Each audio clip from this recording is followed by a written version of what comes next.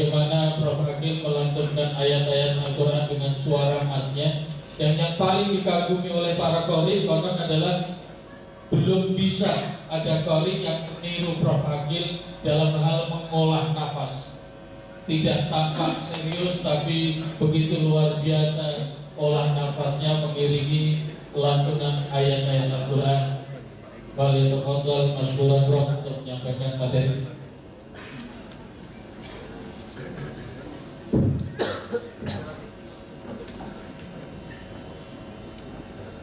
Assalamualaikum warahmatullahi wabarakatuh. Bismillahirrahmanirrahim. Alhamdulillahi haqqa hamdih.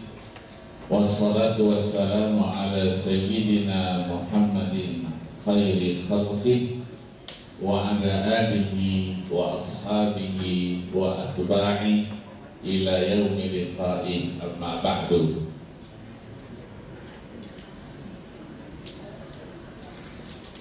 Bapak-bapak dan ibu-ibu, shaimin dan shaimat yang berbahagia, alhamdulillah berkat rahmat Allah Subhanahu wa taala, hari ini kita telah memasuki hari yang ke-11.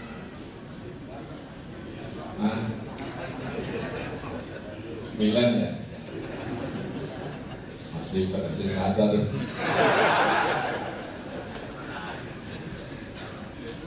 Hari ke-9 dari perjalanan kita melaksanakan ibadah puasa di bulan suci Ramadan.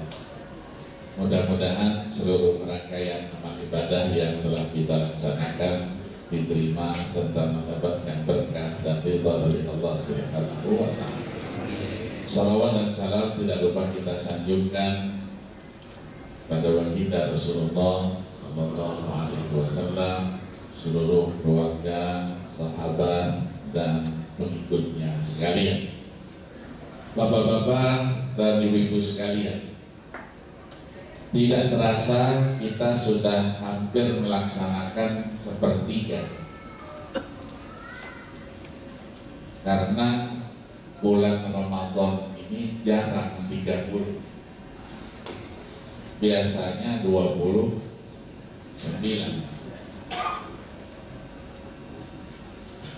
Maka nanti yang tertinggal ini hanya berapa? 21 atau 20? Pasti berdoa 20. Karena kalau ada pilihan, seperti kita jelaskan kemarin itu, kalau lebaran pilihan ada Senin, Selasa, semuanya milih Senin. Tapi kalau puasa ada pilihan Senin, Selasa, semuanya milik Selasa. Artinya apa? Dalam hal ini, bulan puasa yang kita sudah tunggu-tunggu 1 tahun, persiapan kita 3 bulan. Kita berharap selama bulan puasa ini kita dapat mengisinya dengan sebaik-baiknya. Kita bersedih ketika hari-hari tinggal sedikit nanti, walaupun sebahagian ada yang bergembira gitu. Maka Rasul dalam kesehariannya ketika memasuki hari-hari akhir itu selalu dalam posisi menangis dan sambil mengatakan wada'an ya Ramadan, wada'an ya Ramadan, wada'an ya Ramadan, selamat tinggal wahai bulan suci Ramadan. Kenapa? Karena belum tentu kita tahun depan bisa berjumpa kembali dengan bulan Ramadan. Tapi mudah-mudahan kita semuanya panjang umur, nikmat, sehat, walafiat. Amin ya rabbal.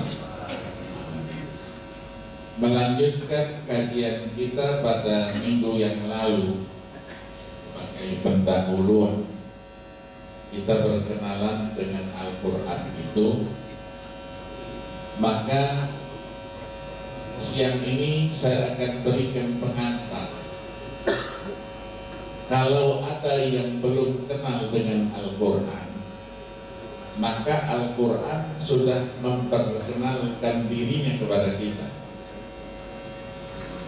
Banyak term yang digunakan, istilah yang digunakan ketika memperkenalkan jati dirinya itu.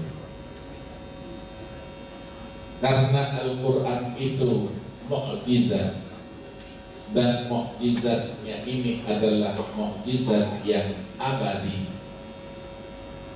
Dalam kajian keislaman, Allah Subhanahu wa ta'ala itu memang hakim, maha bijaksana ketika mengutus seorang rasul dengan mukjizatnya disesuaikan dengan kondisi masyarakat ketika mukjizat itu akan ditunjukkan sebagai bukti kebenaran dari misi kenabian dan kerasulannya itu.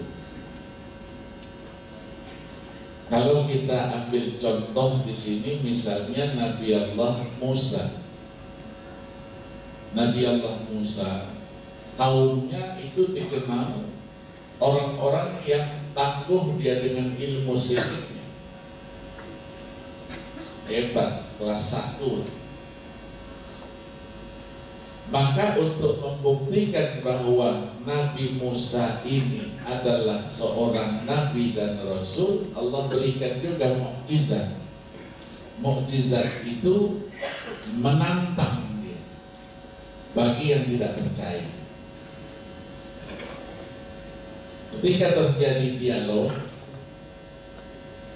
dan Nabi Musa sudah dewasa waktu itu, sudah diutus oleh Allah kepada Fir'aun, dia merasa takut karena Fir'aun ini yudzabbihuna abna'ahum wa yastahyuna nisa'ahum.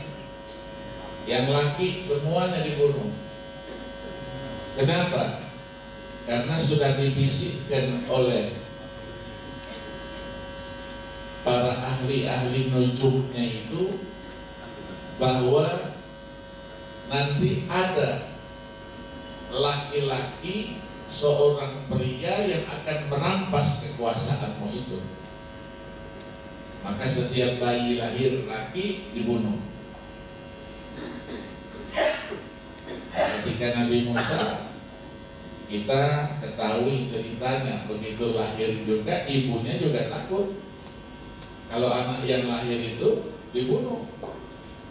Maka dilepaskan di pinggir sungai yang namanya Rawdah di tengah-tengah kota Kairo itu, dilepaskan, diambil oleh istri dan Firaun dan putri-putri itu banyak. Diambil, begitu diambil, dilihat oleh Firaun.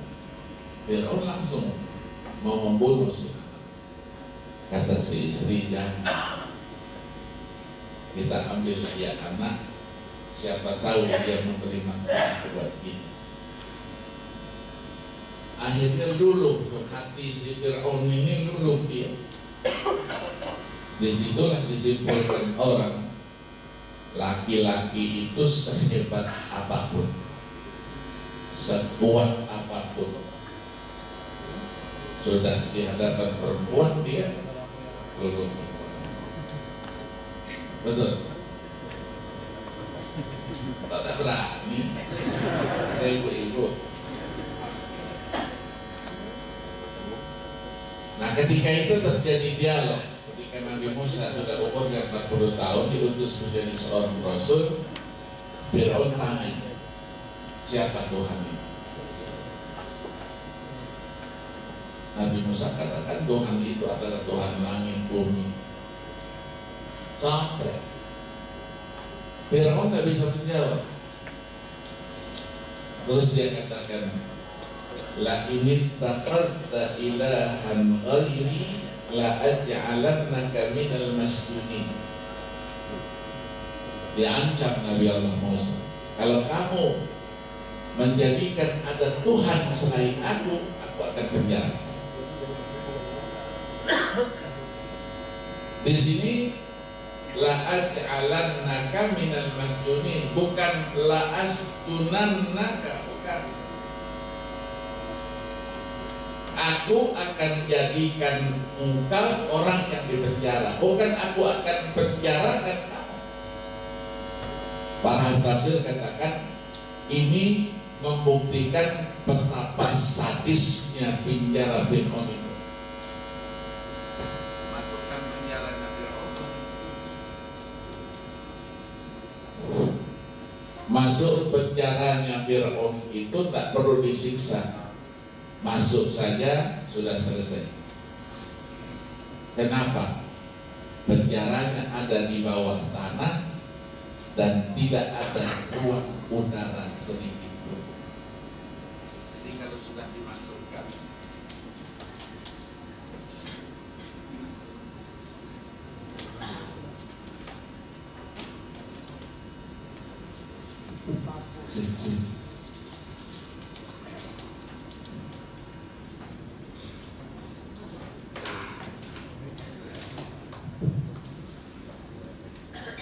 jadi kalau dimasukkan ke dalam penjara itu pasti siapa yang dipenjarakan dia akan mati di sana. Tidak ada cahaya, tidak ada udara. Terus Nabi Allah Musa menawarkan, qala awalau ji'tuka bi syai'in mubin. Bagaimana kalau aku berikan kepadamu sesuatu yang nyata? Fir'aun terus menjawab, Fa'tibi in kunta minas shadiqin. Ayo, mana? Kalau memang kau benar. Dilemparkan tongkatnya itu, ternyata dia jadi ular yang besar. Nah, kata Fir'aun, ini sihirin. Kita akan kumpulkan alu arji wa akhahu fil madaini hasyirin ya'tuka bi kulli saharin alim yuridu an yukhrijakum min ardikum bisihrihi famadza ta'murun. Perintahkan semua pakar-pakar sihir itu, ayo datang di sini, hadapi ini namanya Musa ini. Akhirnya apa? Ketika sudah berhadapan, mereka ngeper juga, kalau bahasa kita itu takut juga. Ditantang oleh Nabi Musa, siapa duluan? Saya atau kalian? Oh, mereka dengan bangga sambil mengagungkan dan membesarkan Fir'aun itu, kita akan menang. Begitu dilemparkan, sudah selesai, kata Nabi Musa, sudah selesai, dilemparkan tongkatnya, semua dimakan. Akhirnya apa? Semua ahli sihir itu dia tunduk kepada Nabi Musa dan beriman kepada Allah Subhanahu wa ta'ala. Fir'aun ngancam lagi, kalau kalian beriman mengikuti Musa dan kalian tidak izin dengan aku akan hukum kalian. Dengan apa? La uqatti'anna arjulakum wa aydiyakum min khilaf wa la usallibannakum ajma'in. Aku akan potong tangan secara silang, kaki secara silang. Aku akan salib kalian semuanya. Begitu mendengar ancaman, nggak ada urusan kata mereka. Qalu la tayra inna ila rabbina munqalibun wa natma'u an yadkhilana rabbuna, dan seterusnya. Tidak perlu itu semuanya. Kami sudah kembali kepada Tuhan kami. Hanya disitulah perjalanan menemukan Tuhan dengan pembuktian mukjizat. Pada waktu Nabi Allah Isa beda lagi. Kalau Nabi Musa diturunkan yang bisa mengungguli ilmu sihir yang ada, maka pada zaman Nabi Allah Isa, umatnya itu, kaumnya itu pada waktu itu adalah mereka yang menguasai ilmu ketabiban, segala macam bentuk penyakit kulit, apa canggih lah pokoknya. diturunkan oleh Allah mukjizat yang bisa mengungguli itu. Wa ubri'ul akmaha wal abrasa bi'izni wa uhyil mauta bi'izni. Jadi kalau mereka hanya bisa mengobati itu dengan cara mereka, kalau Nabi Isa tidak dengan cara apa-apa, dipegang, diusap saja selesai. Sampai yang meninggal pun itu bisa dihidupkan oleh Nabi Allah Isa. Mereka minta juga supaya diturunkan hidangan dari langit. Kata Nabi Isa, beriman tidak? Takwa tidak? Iya. Begitu diturunkan juga tidak. Ya anzil alaina ma'idatan minas sama'i takunu lana 'idan li awwalina wa akhirina wa ayatan minka warzuqna wa anta khairur raziqin. Ayat Allah katakan akan disiksa lebih dari siksa yang diberikan kepada yang lain. Nah, kepada Nabi Muhammad tidak yang sejenis ilmu sihir, juga tidak yang berkaitan dengan ilmu ketabiban. Kenapa? Karena masyarakatnya adalah masyarakat yang sudah maju dia dalam ilmu sastra Arab. Jadi mereka itu adalah para sastrawan, pakar-pakar bahasa. Nah, Allah turunkan Al-Quran. Mereka merasa bahwa ini bukan sesuatu yang yang dibuat oleh manusia. Ngerasa itu, tapi karena imannya tak ada, tetap juga nantang. Ya, tetap juga nantang. Nabi berapa kali diganggu itu. Ketika dalam surah Al-Hujurat dijelaskan Nabi tidur siang, di bawah ada 17 orang para penyair yang pakar-pakar bahasa, sambil dengan sombongnya naglibu kal'an ya Muhammad, katanya kami akan kalahkan engkau sekarang ini. Tapi Nabi belum maju, dikirim satu saja ke sahabatnya namanya Hasan bin Thabit. Hadapi mereka. Menghadapi Hasan saja sudah kalah dia, sudah kabur dia. Itulah kehebatan Al-Quran sebagai mukjizat. Nah, Al-Quran jelaskan jati dirinya kepada kita dengan berbagai versi, dengan berbagai term dan istilah. Kita telusuri dari pertama, dari surah Al-Baqarah ayat 2. Allah jelaskan jati diri Al-Quran itu apa? Hudan lil muttaqin. Dia sebagai petunjuk bagi orang-orang yang bertakwa. Petunjuk yang bagaimana? Nanti dijelaskan, yukhrijukum minaz zulumati ilan nur, mengeluarkan kalian daripada kegelapan menuju kepada terang benderang. Kenapa? Karena kondisi masyarakat ketika Al-Quran diturunkan itu sudah tidak menentu, sudah tidak jelas lagi. Mereka tidak mengenal Tuhan dan tidak mau kenal dengan Tuhan. Sudah tidak bisa membedakan mana yang benar, mana yang salah, mana yang hak, mana yang batil, mana milik pribadi, mana milik orang lain, sampai dengan mana istri sendiri, mana istri orang lain. Kenapa? Yang jadi Tuhannya adalah hawa nafsu. Coba bayangkan masyarakat pada waktu itu, ada perempuan yang lewat, saya mau yang itu. Oh, ini istrinya orang. Tidak ada urusan istrinya orang. Pedangnya dikeluarin. Coba bayangin itu. Maka seorang pujangga Spanyol namanya Antonico ketika mengungkap masa itu dengan ungkapannya yang dibahasa Arabkan menjadi laula hadzal rasul la'adatil basyariyah ila al-usuril wahsyiyatil qadimah. Kalau tidak karena rasul ini, itu dipastikan katanya manusia itu akan kembali kepada masa-masa lalunya yang dikenal dengan masa kebuasan dan kebiadabannya.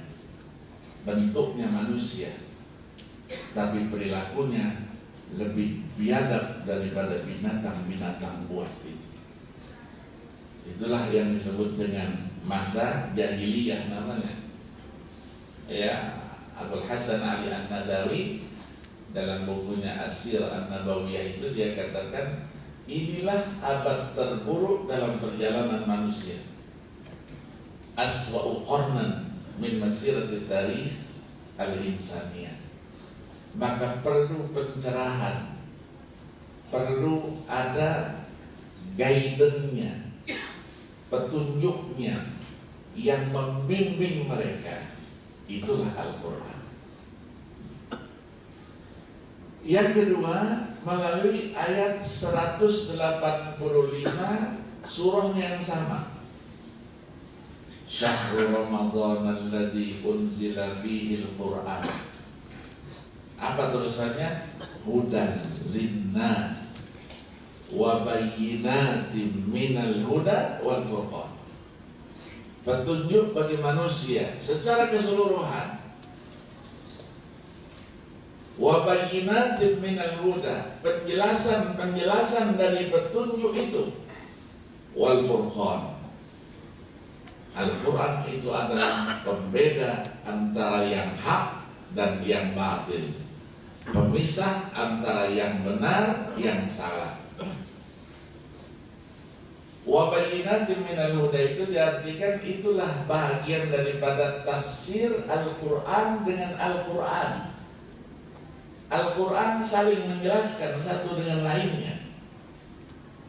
Maka disebutlah tafsir kelas 1 tingkat atas yang paling hebat itu adalah penafsiran Al-Quran dengan Al-Quran itu sendiri. Contohnya yang tadi itu, hudal lil muttaqin. Saya ingin tahu siapa sih orang yang bertakwa itu? Al-Quran tafsirkan sendiri. Alladzina yu'minuna bil ghaib wa yuqimuna as-salah wa mimma razaqnahum yunfiqun walladzina yu'minuna bima unzila ilaika wa ma unzila min qablik wa bil akhirati hum yuqinun. Itu namanya tafsirul Quran bil Quran.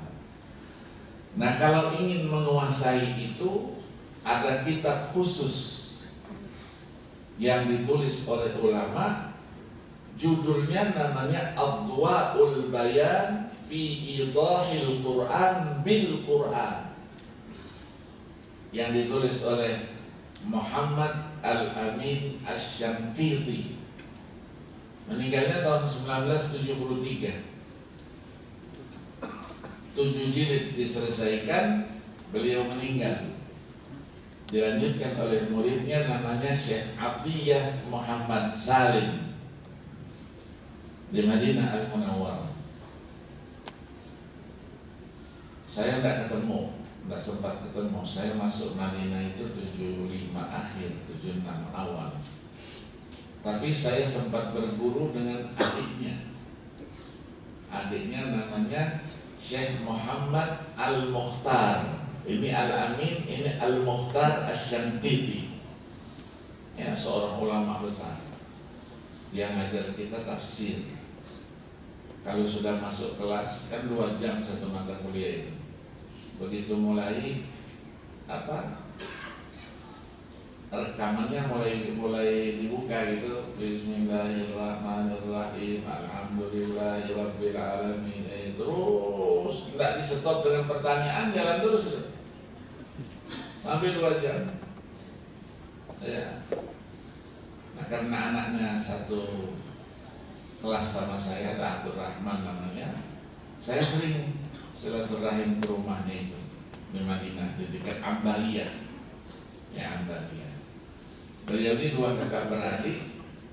Ketika kecil dibuang oleh si ayah, karena si ayah ditangkap oleh Prancis karena dia di Mauritania.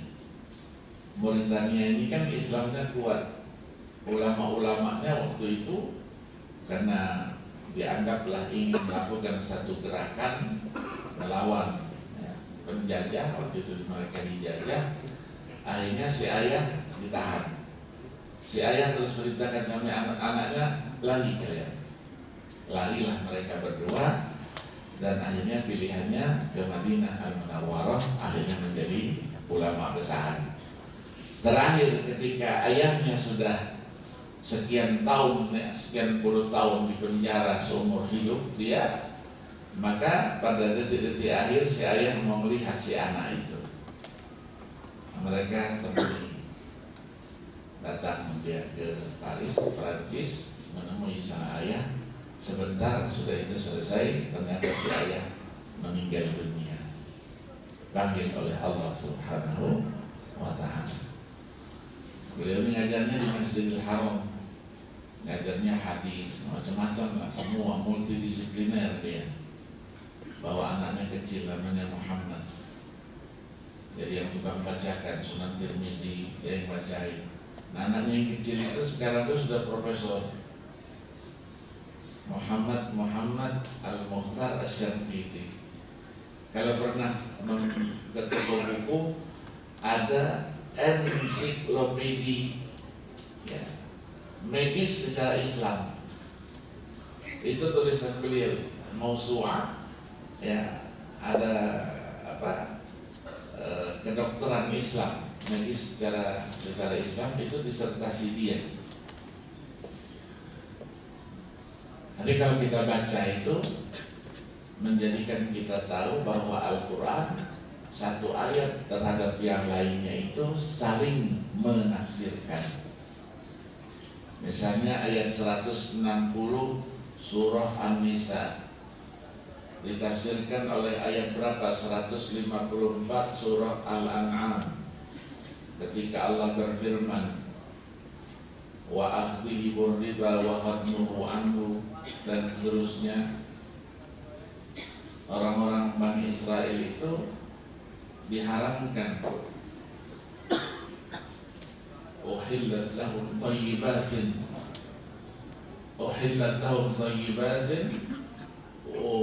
sampai dijelaskan wa bisaddihim an sawa'is sabil. Jadi ada beberapa bentuk makanan itu dulu dihalalkan, tapi begitu ada ayat wa 'alal ladzina hadu harramna kulladzi dhufur wa minal baqari wal ghanami harramna 'alaihim shuhumahuma aw illa ma hamalat zuhuruhuma aw al hawaya aw ma ikhtalata bi'admin dzalika jazaa'ul baghi wa inna aswalikum. Ada jenis-jenis yang dulu dihalalkan jadi haram. Dari jenis sapi dan kambing itu diharamkan buat mereka lemaknya, gajinya, kemudian sumsumnya, kemudian tetelannya yang bahan sop itu tidak boleh buat mereka, tapi halal buat kita. Halal buat kita. Kalau tidak ada penjelasan itu, berarti kita tidak boleh juga. Segala jenis burung-burungan tidak boleh. Pula di dhufur yang punya kuku-kuku tidak boleh semuanya. Inilah sebagai bukti bahwa Al-Quran satu dengan yang lainnya saling menafsirkan. Kemudian kita naik atas lagi, surah An-Nisa.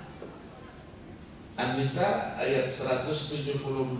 Kita temukan firman Allah, ya ayyuhan nas qad ja'akum burhanum min rabbikum wa anzalna ilaikum nuran mubina.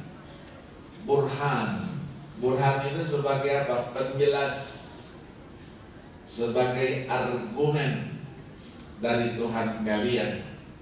Dan yang diturunkan juga itu Al-Quran itu apa? Nuran mubina. Dia adalah cahaya yang nyata. Jadi burhan, nuran mubina. Diperkuat lagi di dalam surah Al-Ma'idah. Al-Ma'idah ayat 15 dan 16. Qad ja'akum minallahi nurun wa kitabun mubin. Al-Quran itu adalah cahaya.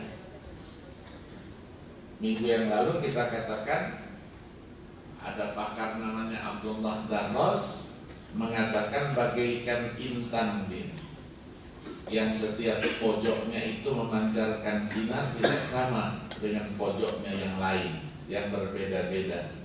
Bertambah diasah dia bertambah memancar sinarnya. Apa tugasnya di sini? Nur mubin, cahaya yang nyata. Kitabul mubin, kitab yang nyata. Apa itu? Yahdi bihillah manittaba'a ridwanahu subulas salam wa yukhrijuhum minadh dhulumati ilan nuri bi'idznih wa yahdihim ila siratal mustaqim. Al-Quran itu memberikan petunjuk kepada jalan yang lurus, subulus salam. Kemudian yang kedua, wa yukhrijuhum minadh dhulumati ila nuri bi'idznih, mengeluarkan mereka dari kegelapan kepada terang benderang dengan seizin Allah Subhanahu wa taala. Yang ketiganya, wa yahdihim ila siratal mustaqim, menunjukkan mereka ke jalan yang lurus. Inilah jati diri Al-Quran yang ada di dalam surah Al-Ma'idah. Ketika kita naik ke atas lagi, kita temukan dalam surah Yunus. Yunus ayat 57. Ya ayyuhan nas qad ja'atkum mau'izatun min rabbikum wa shifaa'un lima fis suduri wa huda wa rahmatul lil mu'minin. Beberapa jati diri lain. Yang pertama, mau'izah. Kitab mau'izah, kitab yang isinya adalah nasihat-nasihat. Kemudian wasyifaun, penawar hati. Ini nanti yang kita akan bahas di sini, penawar hati itu. Wasyifaun lima fis sudur, wahudan, petunjuk, warahmah, sebagai rahmat bagi siapa? Lil mu'minin, bagi orang-orang yang beriman. Naik ke atas lagi kita temukan surah Bani Israel, Al-Isra. Ayat 9 kita temukan, inna hadzal qur'ana yahdi lillati hiya aqwam wa yubashshirul mu'minina alladzina ya'maluna as-solihati anna lahum ajran kabira. Quran ini apa? Yahdi lillati hiya aqwam, memberi petunjuk kepada jalan yang lebih lurus. Bukan yang lurus saja, tadi sudah lurus, ini lebih lurus lagi. Yang kedua, membawa berita gembira bagi orang-orang yang beriman, yang beramal soleh. Janjinya banyak, janjinya surga, janjinya pahala, janjinya kehidupan yang apa? Yang bahagia di dunia, kehidupan bahagia juga di akhirat. Kemudian dijelaskan juga di dalam ayat ini bahwa bagi mereka yang pahalanya itu banyak, itu adalah untuk orang-orang yang beriman dari beramal saleh.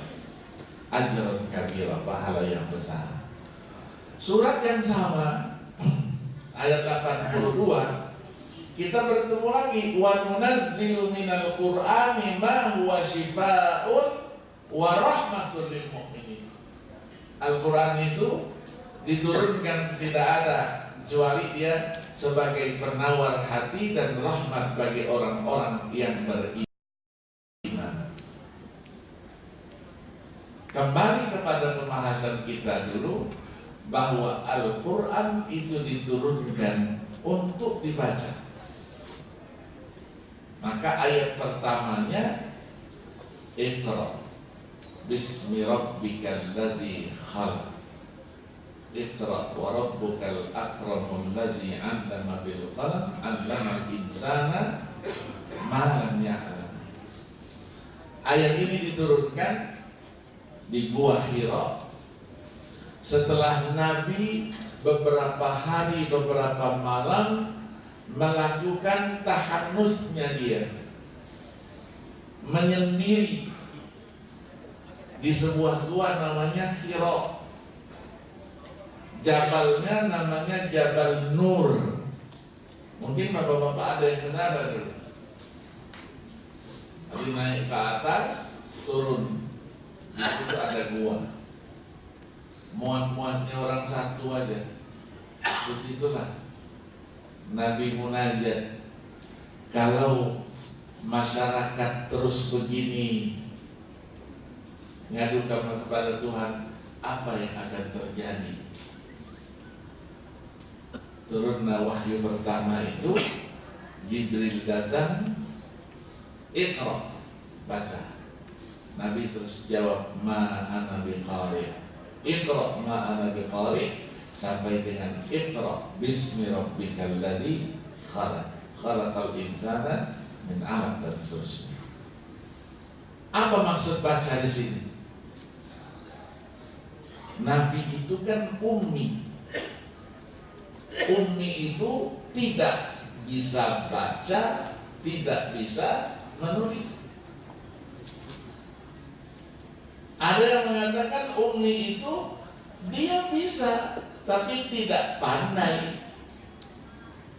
Yuhsin, dia kok, tapi la yuhsin, dia tidak pandai, tahu.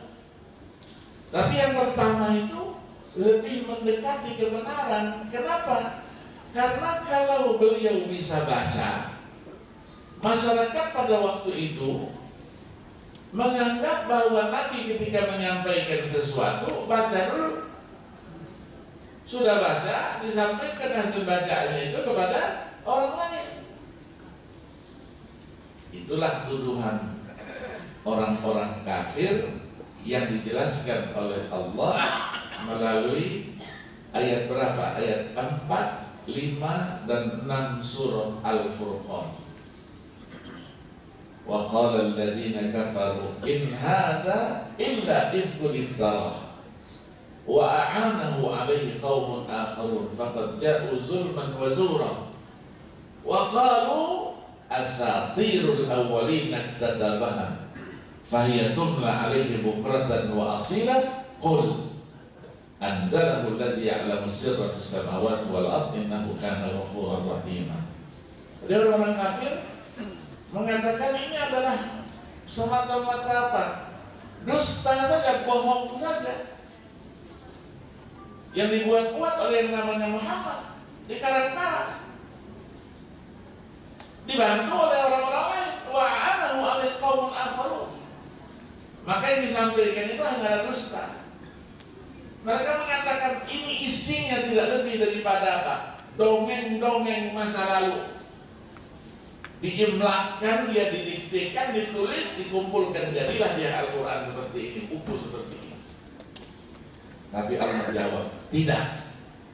Kata Allah, qul, sampaikan ya Muhammad, tuduhan itu tidak benar. Al-Quran ini anzalahu alladzi ya'lamu sirra fis samawati wal ardh. Yang menurunkannya adalah yang menguasai rahasia langit dan bumi. Innahu kana ghafurur rahim. Sungguhnya Allah itu adalah Maha Pengampun lagi Maha Penyayang. Maka ditolak dalam ayat lain juga begitu.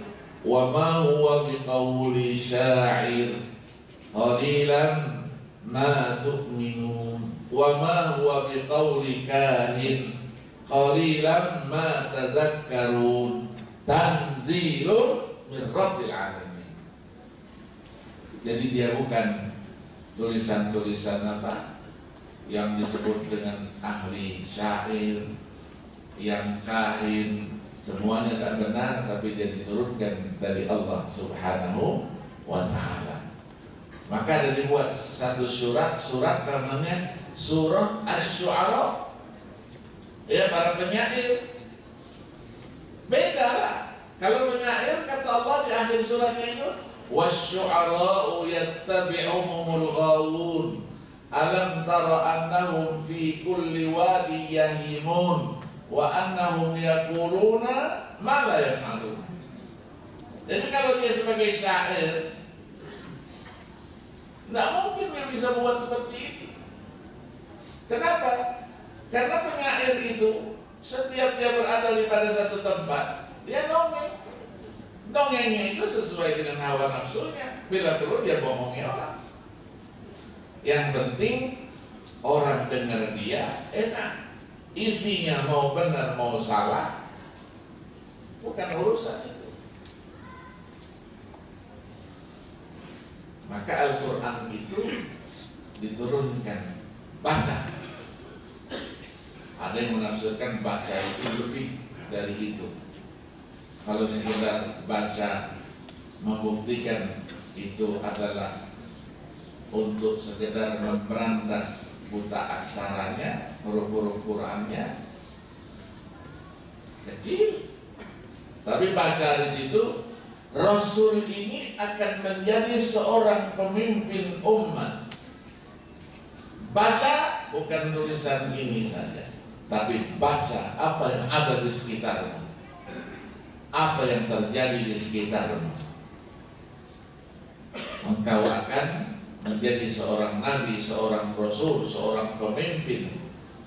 Engkau harus tahu dan bisa memberikan jawaban terhadap permasalahan yang ada di sekitarmu.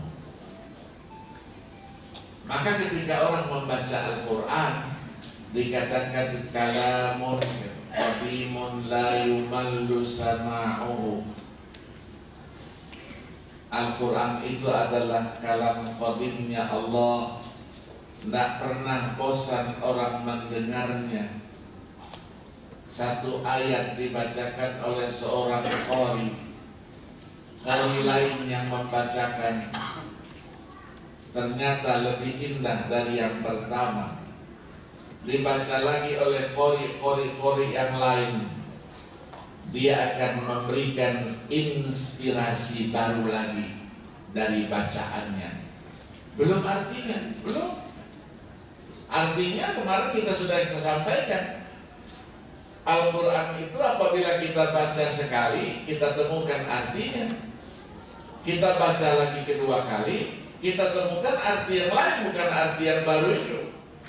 Ketika kita baca, kita akan temukan lagi arti yang lain lagi, bukan arti yang pertama dan kedua. Itulah pengakuan para ulama-ulama. Ad-dirasatu haulal Qur'ani al-karim kal-ghawsi fil bahril mali'i bil jawahir. Orang yang melakukan kajian terhadap Al-Quran sama katanya seperti orang yang menyelam ke dasar laut yang penuh dengan mutiara. Satu kali dia menyelam, dia dapatkan sejumlah mutiara. Menyelam lagi di tempat yang sama, belum pindah ke tempat lain, dipastikan dia akan mendapatkan mutiara lebih banyak dan lebih berkualitas dari yang pertama. Ketiga, keempat, seterusnya masih di tempat yang sama, dipastikan dia akan mendapatkan lebih dari yang sebelumnya. Itulah Al-Quranul Karim. Dari segi bacaannya saja sudah memotivasi kita. Nah, pertanyaannya, bacaan yang bagaimana yang bisa memberi motivasi dan spirit kepada kita itu? Karena Al-Quran itu bukan bahasa ibu kita, bahasa Arab. Belum tentu orang Arab yang ngerti itu, yang bahasanya bahasa Arab mengerti Al-Quran. Belum tentu. Belum tentu, dia tak ngerti juga. Karena bahasa Al-Quran ini kan bahasa yang sastranya tinggi. Walaupun dia sehari-hari berbahasa Arab, tapi ketika dihadapkan dengan Al-Quran, belum tentu dia mengerti apa yang ada di dalam ayat-ayat itu, apa makna yang terkandung di dalam ayat-ayat itu. Maka kalau kita kuliah ujian tafsir, mereka belum tentu bisa semuanya. Mungkin kita yang bukan orang Arab lebih mengerti Nah kalau kita tidak mengerti bahasa Arab bagaimana? Maka kita harus mengerti itu. Maka ketika kita baca itu Al-Quran yang di pinggirnya ada terjemahannya atau di bawahnya ada terjemahannya.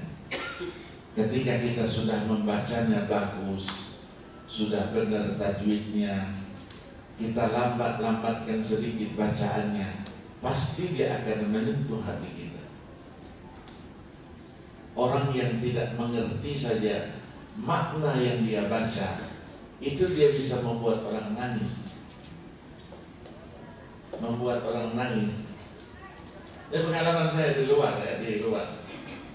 Kalau ada musabaqah internasional itu, orang-orang dari Afrika, ya, Tanzania, Chad, Mali, Somalia, Sudan. Kalau yang Sudan oke lah, bahasanya Arab. Tapi kalau yang Mali, Somalia, Chad, Tanzania, bukan bahasa mereka, bahasa Arab. Tapi kalau tampil dia membaca, kita nangis. Apalagi yang masih anak-anak kecil ya. Anak kecil umur 8 tahun, dia bisa memainkan lagu-lagunya itu, dia bawa, bacanya tartil, tapi dia ubah. Setiap 1 ayat 2 ayat dia ubah lagunya dengan variasinya. Nangis kita. Saya jadi hakim. Ya Allah, ini anak siapa ini? Afrika, kecil hitam, tapi bacaannya menyentuh hati kita. Saya sambil menilai, nangis saya. Ternyata di sebelah saya juga yang dari Yordan, dari nangis juga. Masya Allah, tidak ada salahnya.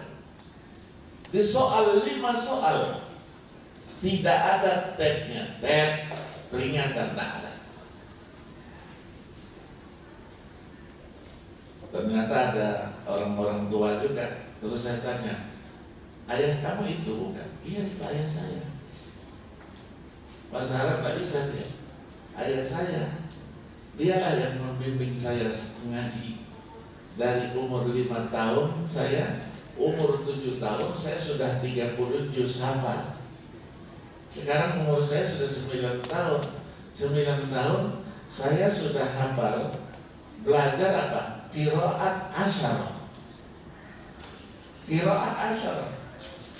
Matan Syatibiyah itu dihafalnya.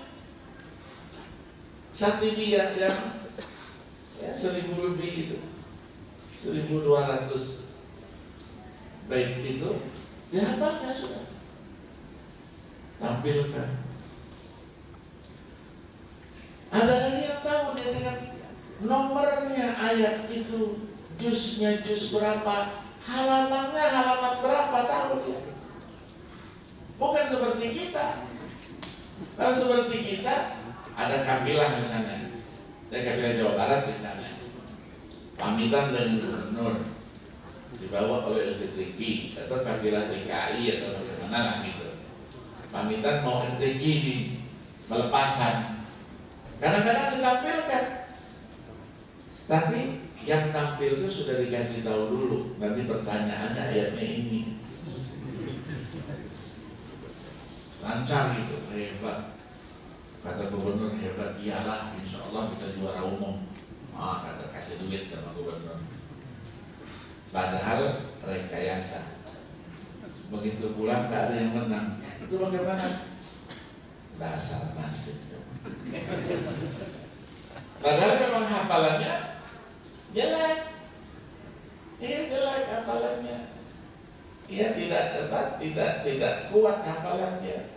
Apalagi pertanyaan sekarang itu diacak, tuh 30 juz itu diacak. Bisa saja juz 30-nya duluan ditanyakan, bisa itu diputar ke otak itu.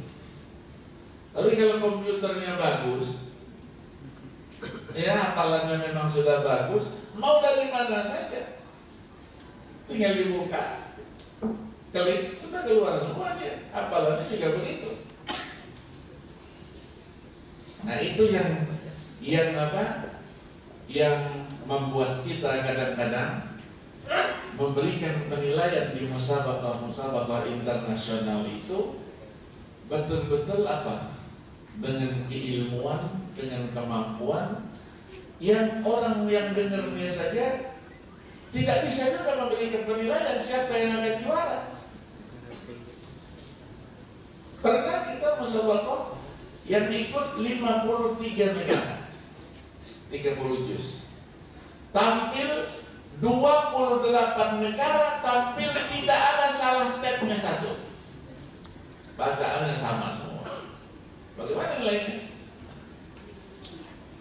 Bagaimana nilainya itu? 28 lancar semua dia, tidak ada tabnya.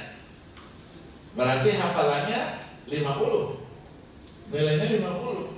Tinggal kekurangannya apa? Mungkin ada tajwidnya, makharijul hurufnya yang tidak pas. Itulah yang membedakan itu 000 itu. Maka tidak jarang kalau di luar itu ada namanya juara kembar, mukarrar namanya. Jadi juara satu nilainya sekian, sama semua. Dari aspek ini sama, ini sama, ini sama. Kasih dia juara kembar. Berarti panitia harus menyiapkan hadiah apa? Nah kita bingung, kita juga sudah mengarah ke sana. Kualitas sudah alhamdulillah. Tapi begitu yang nilainya sama-sama itu kita tawarkan panitia bagaimana ini? Nilainya sama. Kita pedoman kita di Quran, diundi. Kalau di Saudi di mana? Kasih dia haknya dia, jangan diubah-ubah. Tidak perlu diundi-undi. Karena fulusnya ada. Ya walaupun hadiahnya besar. Ya hadiahnya negara Sudan yang miskin saja bisa memberikan hadiah. Juara satunya 40.000 US dollar. Kita berapa? 40.000 rupiah. Itu paling tinggi berapa? 10 juta, 15 juta. Ya, 15 juta. Kita buat MTQ internasional. Mereka tanya hadiahnya berapa Ustaz? Kalau mau standarnya ya segitu juga, 40.000. Duitnya dari mana itu? Mas setengah miliar.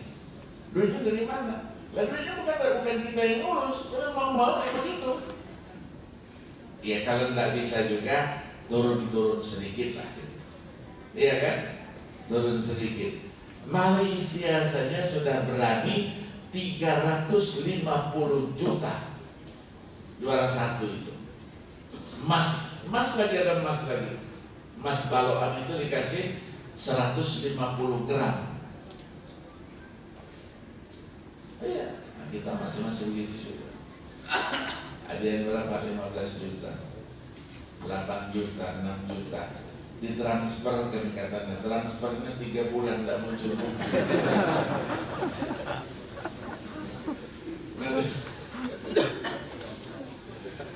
Ya Allah. Ya. Jadi di sini ini kita pastikan bahwa Al-Quran itu menyentuh hati ketika dia dibacakan. Nah, disitulah perlunya namanya menghayati bacaan itu yang dalam ilmu Al-Quran disebut dengan istilah tadabbur. Kita sholat perlu khusyuk. Bagaimana caranya supaya sholat kita khusyuk? Paling tidak kita menghayati apa makna dari bacaan-bacaan sholat itu. Al-Quran juga begitu. Maka cirinya bacaannya benar, cirinya bacaannya itu sudah sesuai dengan hukum tajwidnya, fasohahnya, ibtidak waqafnya dia baca, maka dibarengi dengan istilah taswir al-makna al-Quran, bisa menggambarkan makna kandungan dari yang dia baca itu. Indikasinya apa? Lagunya dia sesuaikan. Lagu Al-Quran macam-macam. Ada lagu namanya lagu usul, ada lagu namanya lagu furu'. Yang usul itu kalau kita mengikuti Mesir itu ada 7 dia, ada Bayati, ada Soba, ada Hijaz, ada Nahawan, ada Ras, ada Sika, ada Jihar. Ada yang mengatakan masuk di situ ada. Kalau mau ditambah dengan apa? Dengan lagu-lagu Hijazi, ada namanya Maya, Banjaka, apa? Silakan. Variasi, disesuaikan. Maka dia hayati. Kalau ayat yang dibaca itu doa Rabbana, dibawanya lagunya lagu ras dengan suara yang keras, namanya kurang ajar itu. Minta jerit-jerit, minta dengan nada yang dengan lagu Nahawan, lagu Sika, namanya minta, ngerayu kita. Udah tidak dengan suara keras. Ceritanya nanti cerita neraka. Cerita nerakanya didendang-dendang lagunya. Nah begitu, dihayati itu. Nah sinilah kekurangan para qori-qori'ah kita. Dia bisa membaca, bisa melakukan, tapi tidak mengerti makna yang dia baca itu. Maka kadang-kadang ketika sudah berbicara waqaf ibtida, itu merusak maknanya. Merusak maknanya. Ya, yang disebut dengan salah-salah jali itu. Dia baca laqad kafara alladziina qalu innallaha faqir. Yang dengar juga tak ngerti juga. Allah. Orang-orang kafir mengatakan bahwa Tuhan itu fakir. Padahal ada lanjutannya kan, wa nahnu aghniya, kami yang kaya. Salah itu bacanya. Suaranya bagus. Ya, maka kadang-kadang gara-gara satu huruf dia jatuh dalam musabaqah itu, dia tidak menjadi seorang finalis. Gara-gara waw. Waw itu kalau dalam bahasa kita, waw itu ada yang dan, ya, dan paragraf baru. Kalau dan paragraf baru, D-nya besar. Kalau dannya mengikuti sebelumnya, D-nya kecil. Dirubah statusnya. Kalau dalam bahasa Arab ada wawunya wawul ataf, ada wawunya wawul istighna. Diubahnya. Yang menilai adalah orang yang mengerti bahasa Arab. Maka untuk yang model-model begitu kita taruh kiai-kiai, qori yang mengerti bahasa Arab. Orang yang pernah mungkin menjadi Mekah 20 tahun, 15 tahun, yang sehari-hari teringat dengan bahasa Arab. Begitu bacaan salah dalam mendudukkan waqaf dan ibtida'nya, langsung tangannya main. Belum tentu yang lain mengerti. Belum tentu yang lain mengerti. Nah, disinilah akan memunculkan spirit kita. Kita dalam keadaan galau, banyak masalah. Al-Quran menjadi inspirasi kita. Wudu, baca Quran. Baca baru 1-2 ayat, tenang. Jangan begitu galau, buka lagu jazz, lompat-lompat, tambah galaunya. Ya, karena Al-Quran itu bisa memberikan inspirasi bagi yang membacanya, mengerti atau tidak yang dibacanya, itu bisa memberikan satu ketenangan. Itulah yang disebut dengan syifa'ul lima fis sudur. Dia bisa menjadi penawar, menjadi penyejuk, menjadikan orang yang membacanya itu tenang, Ketika dia sudah merasa tenang, berarti dia dekat dengan yang menurunkan Al-Quran itu, Allah Subhanahu wa ta'ala. Dia membaca Al-Quran, berarti dia berdialog dengan Allah Subhanahu wa ta'ala. Maka Nabi katakan dalam sabdanya itu, man arada ayyatakallama ma'allah falyaqra'il Quran. Siapa yang ingin berdialog dengan Allah, baca Quran. Baca Quran itu berarti kita melakukan satu komunikasi dengan Allah Subhanahu wa ta'ala. Ketemu ayat yang sedih, air matanya nangis, bacaannya tersentak berhenti, tidak kuat dia. Walaupun tidak semua orang nangis itu sedih, betul? Apakah semua orang nangis itu sedih? Itulah hidayat tadi itu. Hidayat itu macam-macam, kata Imam Mustafa Al-Marawi. Dia katakan hidayat itu ada namanya hidayatul hawas, hidayat panca indera.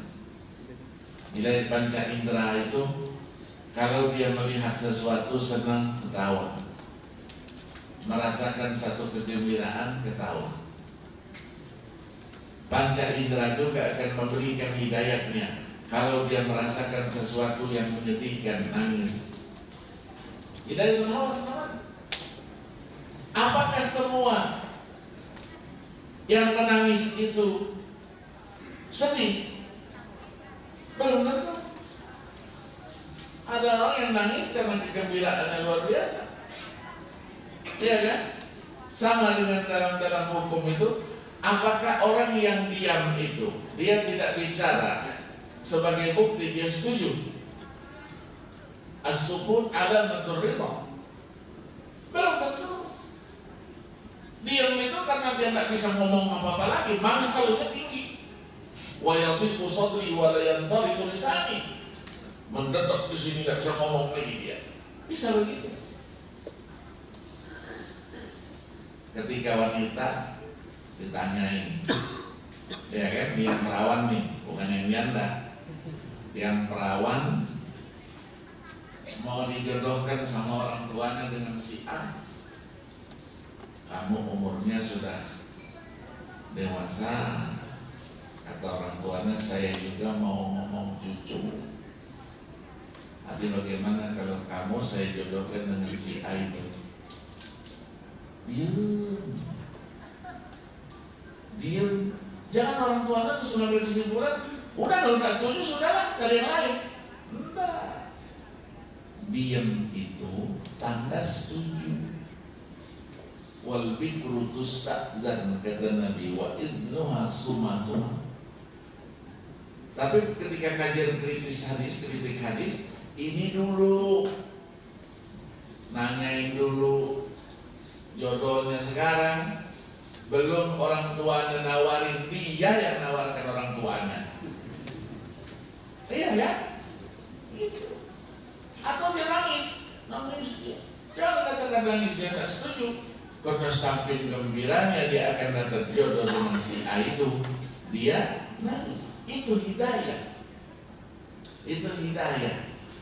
Maka Al-Quran ketika kita baca dengan tenang, kita hayati bacaannya, artinya kita dalami pelan, memberikan satu ketenangan, memberikan inspirasi. Dari kalau baca Quran, kerja lagi, dia semangat baru lagi. Betul, Al-Quran memberikan inspirasi sama saya untuk bekerja lebih banyak lagi.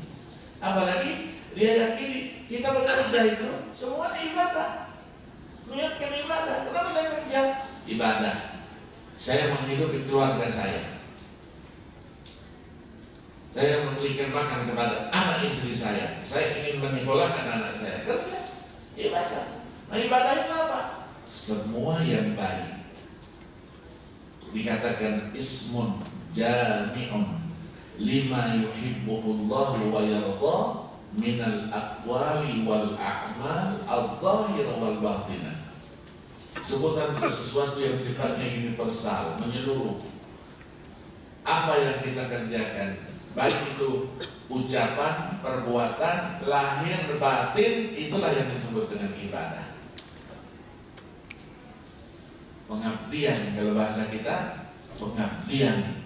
Kita menyampaikan itu karena apa? Karena yang kita baca adalah kalamullah. Kalamullah ini bagi kita adalah segala-galanya. Dia memberikan inspirasi. Ketika saya beribadah, mengabdi, saya tidak meniatkan untuk sesuatu yang lain kecuali untuk Allah Subhanahu wa ta'ala.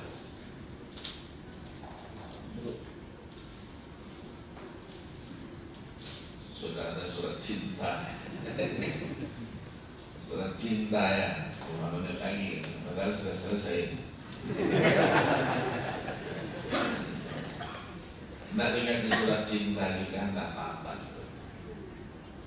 Karena nama saya Akil. Akil itu orang yang banyak akalnya. Orang Arab katakan al-akil, orang yang berakal. Itu yakfihi isyarat, cukup dengan isyarat saja selesai semua. Tapi karena Pak Yusuf sudah dari bawah, duduk sini saya ngerti lah.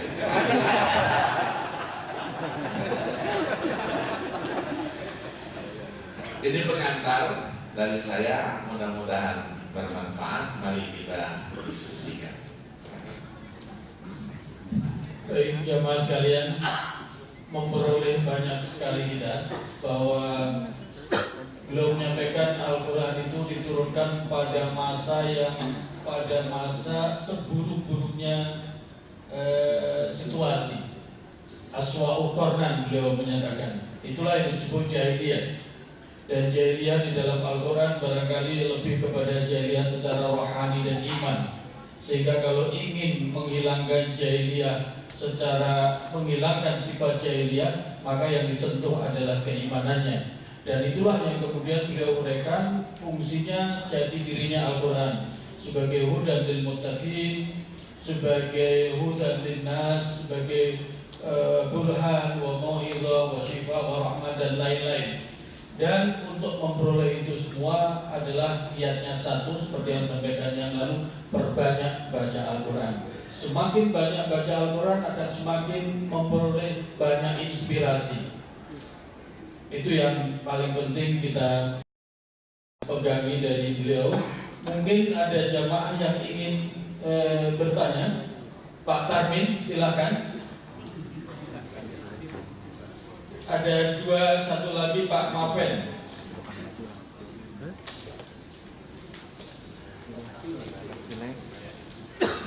Maju.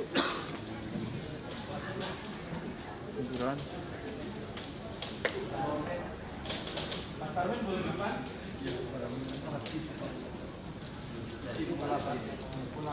Nah. Ya. Assalamualaikum warahmatullahi wabarakatuh. Terima kasih kesempatan yang diberikan kepada saya. Saya ingin nanya, tadi Pak Profesor menjelaskan bahwa Al-Quran itu adalah mukjizat. Mukjizat yang bisa kita gunakan untuk menyelesaikan semua masalah kita, kurang lebih begitu. Di dalam hidup kita itu kan yang dekat-dekat kepada kita itu kan musuh kita itu ada dua. Kalau yang halus beda ini jin. Kalau yang kasar mungkin pencuri. Apakah ada di dalam Al-Quran itu yang dijelaskan? Misalnya kita itu supaya gak diganggu pencuri sama jin gitu, gimana sih? Gitu. Apa coba? Terima kasih. Assalamualaikum warahmatullahi wabarakatuh.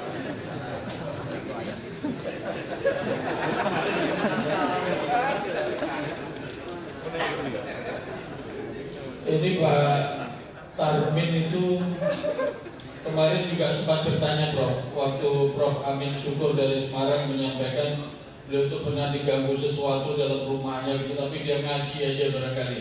Nah ini ingin memperjelas bagaimana apakah Al-Quran Al-Quran ada penjelasan bagaimana agar manusia terbebas dari godaan-godaan yang model seperti itu. Begitu Pak Tarmin ya.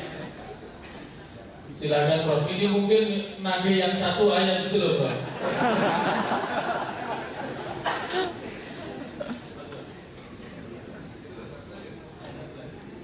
Makasih.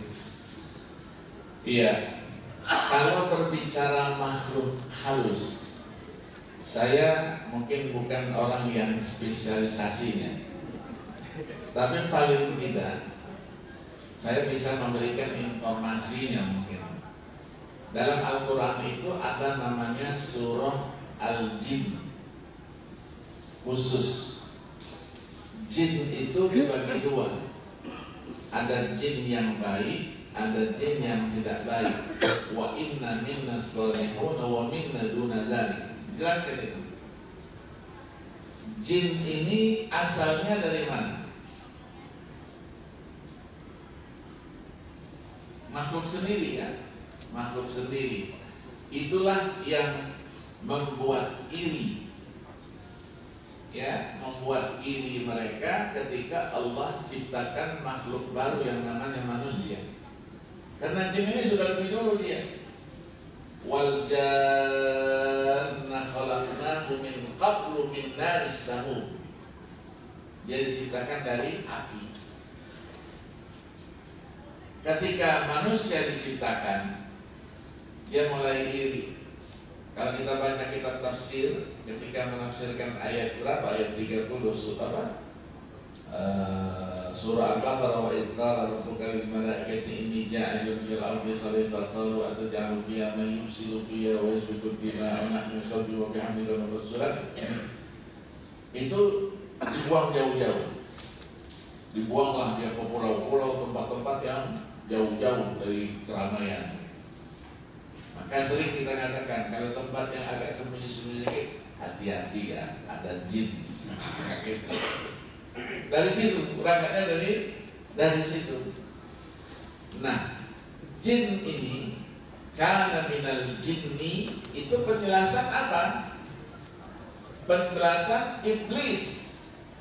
Iblis kan tak mau taat ya.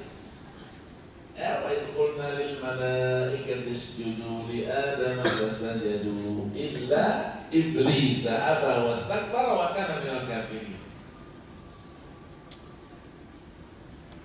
Di dalam surah Al-Kahfi ayat 50, illa iblis kana minal jinni fa fasaqa an amri rabbih.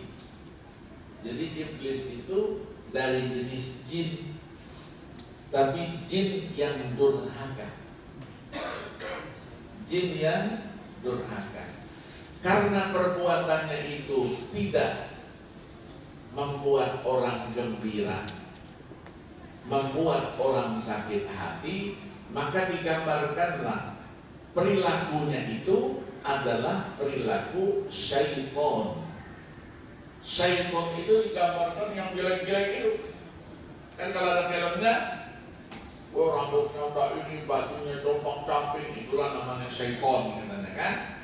Ya, maka orang kalau yang agak-agak ini syaitan, katanya kan gitu. Tapi orang Arab, syaitan itu adalah sesuatu yang menakutkan. Syaitan juga itu digunakan untuk anak-anak yang nakal. Jadi kalau orang sudah anak itu nakalnya sudah luar biasa, itu disebutnya syaitan. Iya, syaitan. Karena perilakunya dari itu, ya, anta syaitan. Nah, itulah, bukan kamu itu syaitan, bukan. Kamu itu perilaku kamu seperti syaitan dalam jeleknya, ya, mengusik orang. Nah, ketika jin itu dia yang baik, dia makhluk juga. Maka ketika dia mendapatkan laknat, dia minta supaya apa? Supaya ditunda dulu lah, jangan dimusnahkan kami ini. Aqdirni ila yaumil ba'tsun, qala fa innaka minal munzirin. Tapi dia bersumpah, la'atiyannahum min baini aydihim an aymanihim an tabain wa la tajidu aktsarahum syakirin. Dia bersumpah akan menyesatkan manusia Dia akan goda itu. Dari depan dia goda, tidak kena juga dari belakang, disehetnya baju kita. Tidak bisa juga dia. Yang tidak bisa itu dari atas, dari bawah. Dari bawah tuh ketika kapan? Ketika orang itu sholat. Tidak bisa dia. Atas, ya atas ketika dia zikir kepada Allah. Maka kita ketika kena dengan yang model setan, model jin yang kafir, berarti kita dalam posisi kosong, masuk ya. Tapi kalau kita baca Quran, tidak berani dia. Diintipnya baca Quran, kabur lah saya. Atau dia suka zikir, dia zikir, dia sering baca sedikit-sedikit baca. Bismillahirrahmanirrahim. Baca kursi, ngajar dia. Qul a'udzu birabbil falaq, qul a'udzu birabbin nas, umpan dia. Tapi kalau kita kosong, masuk dia. Kita tidak boleh kosong. Ya. Kalau kita sudah terkena model begitu itu, pasti kita akan mendekatkan diri kepada Allah. Maka dibuatlah oleh ulama itu yang disebut dengan istilah hizib. Hizib itu benteng. Ada Hizbun Nasr, ada Hizbul Bahar, ya, ada Hizib Sakron, ada hizib apa. Ya, silahkan baca yang mana saja. Kita sebagai orang yang kantor itu, kalau bisa dibaca di setiap pagi, sore.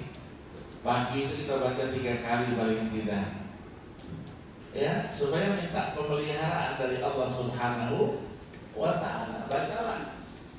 Kalau mau baca saya kasih hadiah, kasih ijazahkan. Hizbun Nasr. Bismillahirrahmanirrahim. Itu. Kalau kita sudah hafal, itu hizib itu hanya 5 menit saja paling lama, atau 3 menit. Cepat kita sudah baca, sudah lancar, ya. Yang tidak usah hizib sakron lah. Kalau hizib sakron kan keras ya. Iya, mendoakan orang ke musuhnya itu supaya jungkir balik dia, kepalanya di bawah, kakinya ke atas. Nah, usah. Saya punya ijazahnya semua kalau yang model begitu. Oh ya, ada saya bawakan buku ini namanya Syawarikul Anwar.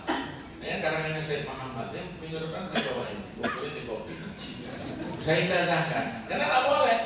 Hizib itu kalau dibaca-baca sendiri, tidak boleh ijazahnya, bisa gila kita. Bisa gila. Nah, kalau kita sudah dekat begitu, tinggal percaya tidak dengan adanya jin itu. Dulu Allah yarham Pak Harun Nasution. Harun Nasution itu termasuk yang tidak percaya dengan adanya jin. Karena dianggap orang Mu'tazilah kan. Ingat ya, Pak Harun Nasution meninggal tahun 2000 itu. Kalau saya diskusi terus sama dia itu, tapi ilmiah. Ya. Jadi dia uji saya ketika saya datang tuh, saya bukan bidang saya suruh ngajar, dia suruh dia tuh ngajar filsafat. Pak Agus ngajar filsafat. Saya bukan bidang saya tahu kamu mampu, kamu bisa semua. Saya ngajar. Tawari tanya-tanyain anak-anak itu, gimana Pak Agus ngajar filsafat? Hebat kata anak-anak. Beda dengan Bapak. Kalau Bapak ngajar filsafat tidak ada ayatnya, tidak ada hadisnya. Begitu ya. Begitu ya gitu. Banyaklah perbedaan saya sama dia. Tapi saya hormati dia, orang tua. Ya, orang yang tidak pernah dendam dengan mahasiswanya. Mahasiswanya sekeras apapun di kelas. Kalau dia beda pendapatnya habis marah-marah dengan Pak Harun. Dan Pak Harun tidak apa-apa. Kamu bacaannya baru sampai di situ. Tidak apa-apa. Nanti Allah tak tahu ya, Allah punya aturan. Saya sering ditugasi, Pak, ke sana. Buka pasca sarjana sana S2, buka sana. Saya bilang, masa saya anak muda, Pak? Saya bilang, enggak. Bapak yang pergi. Sering gitu.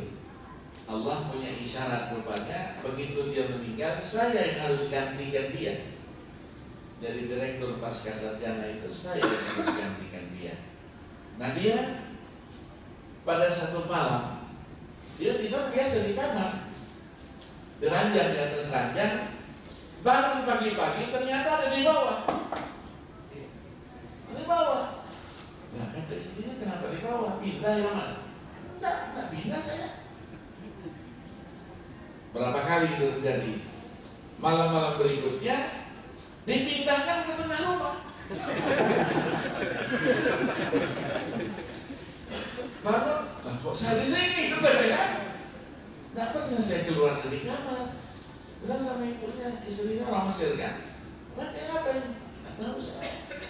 Tanya sama teman-teman, itu jin nah? Ada jin itu.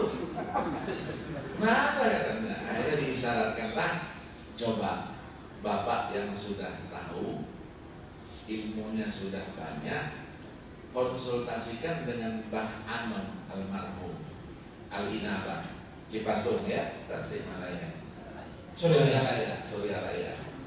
Pergilah ke situ. Mbah Anom kan hebat orangnya. Dia ada sama dia. Akhirnya berubah dari orang yang rasionalis itu menjadi seorang sufi. Berubahnya. Dulu tak pernah zikir, tak pernah kemana-mana pegang tasbih, pegang apa dia? Iya dulu kalau hari Jumat beliau itu masuk ke masjid yang sudah azan. Tapi begitu dia sudah berubah, itu jam 10.30 sudah di masjid.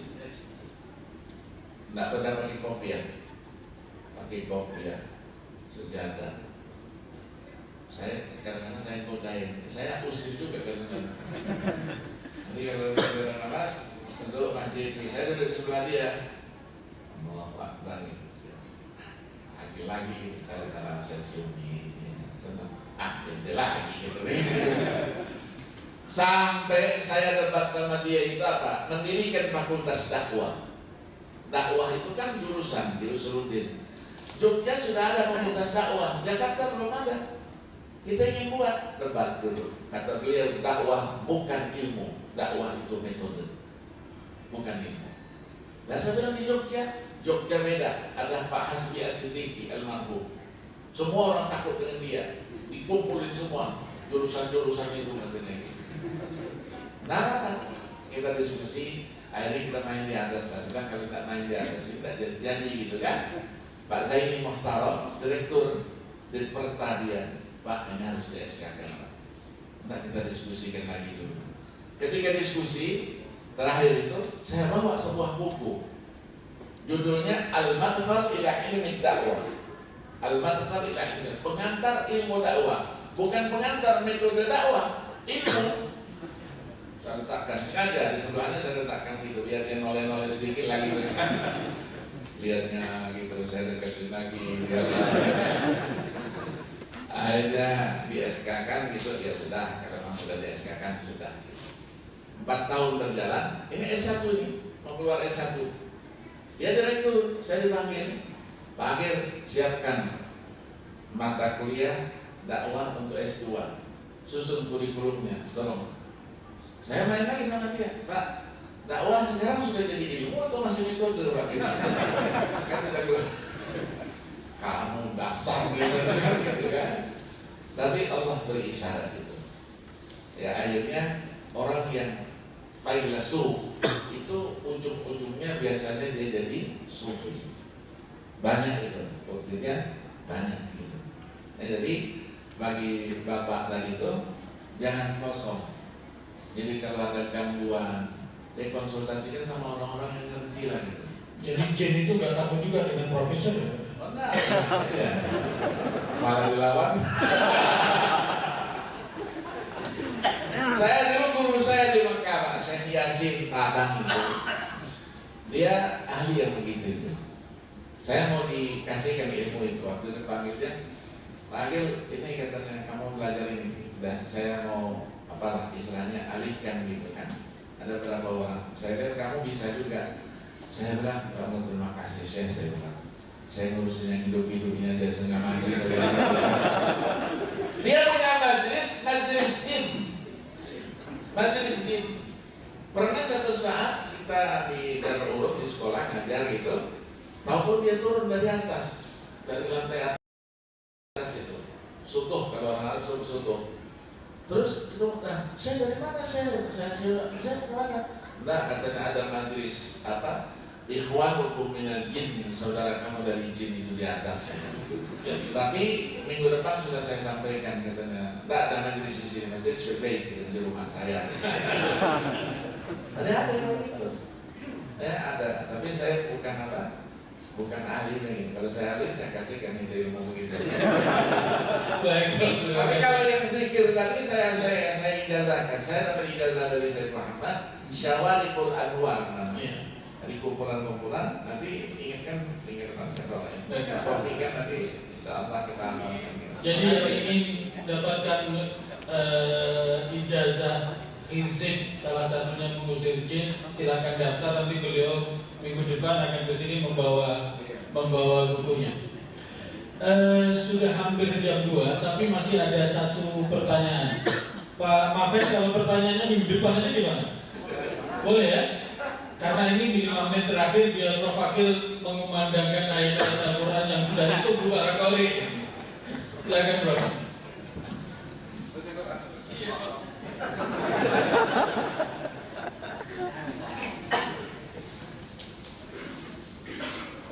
Saya baca itu ada ya.